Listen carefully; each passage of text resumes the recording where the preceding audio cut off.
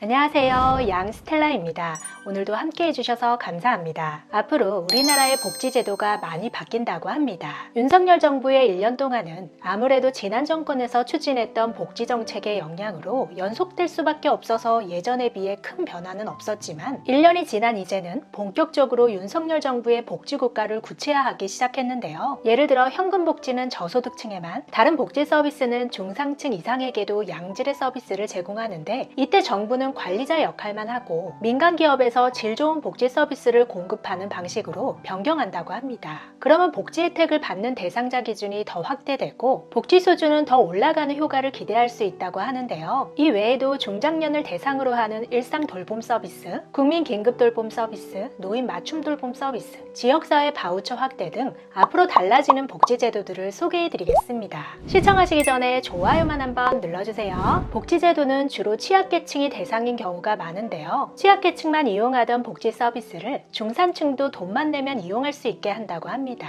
지난 1월에 정부의 사회복지 서비스에 민간 기업의 참여를 확대하는 사회서비스 고도화를 추진하는 추진본부를 만들었는데요. 국민 누구나 복지 혜택을 누릴 수 있도록 서비스를 고도화하는 것이 핵심 목표였습니다. 그 후 6개월 정도 지났고요. 얼마 전 청와대에서 윤석열 대통령 주재로 열린 사회보장 전략회의를 통해 정부의 새로운 복지 정책을 발표했는데요. 먼저 올해 하반기부터 중장년층처럼 그동안 복지 대상에서 제외됐던 연령층도 돌봄 서비스를 이용할 수 있게 개선한다고 합니다. 주로 노인이나 아동, 장애인을 중심으로 복지제도가 시행됐었기 때문에 중장년은 사각지대에 놓여 있었다고 판단한 건데요. 우선 10개 시도에서 가족 돌봄 청년과 고독사 위기에 놓인 중장년층이 집에서 돌봄을 받을 수 있는 재가 돌봄 서비스나 집안일을 도와주는 가사 서비스, 심리 정서 지원, 서로 간의 교류 증진 등의 서비스를 제공하는 제도를 우선 실시한 다음에 이후 전국으로 확대합니다. 또한 갑작스러운 질병이나 부상, 보호자가 없어서 긴급하게 돌봄이 필요한 국민이 돌봄 서비스나 가사 지원을 받을 수 있는 국민 긴급 돌봄 서비스가 새로운 복지 제도로 선보일 예정입니다. 그리고 아동, 청소년, 노인 등에 대한 복지 서비스도 더 개선되는데요. 늘봄 학교를 통해 초등학생 맞춤형 방과후 프로그램을 지원하고요. 부모들의 출퇴근 시간대 같이 애매한 시간에 유치원 등 시설 돌봄의 틈새 시간이 발생할 때 아이 돌봄 서비스를 도입합니다.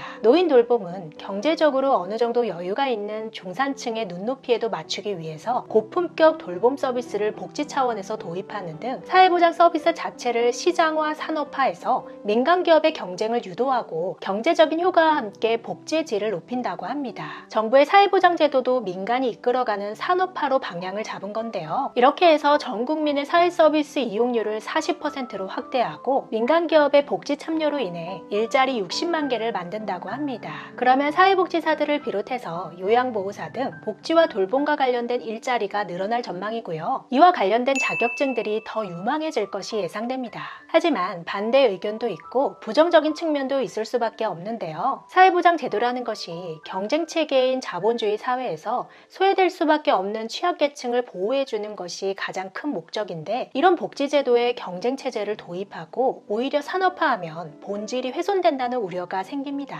현재 우리나라 정치권에서는 선별적 복지냐 기본소득 같은 보편적 복지냐로 의견이 대립하는데요. 사람마다 복지에 대한 가치관이 다르기 때문에 어떤 관점에서 보느냐에 따라 보편적 복지가 필요하다고 생각할 수 있고 선별적 복지가 필요하다고 생각할 수 있습니다. 예를 들어 아동 청소년 시기에는 역량이 굉장히 중요한데, 어떤 가정은 돈이 있고 어떤 가정은 돈이 없어서 학교 급식에서부터 차이가 발생하면 안 된다는 생각으로 학교 급식을 보편화한 것이 보편적 복지의 예라고 할 수 있고요. 코로나 때 거의 대부분 국민들이 똑같이 받은 생활지원금도 보편적 복지에 가깝다고 할 수 있습니다.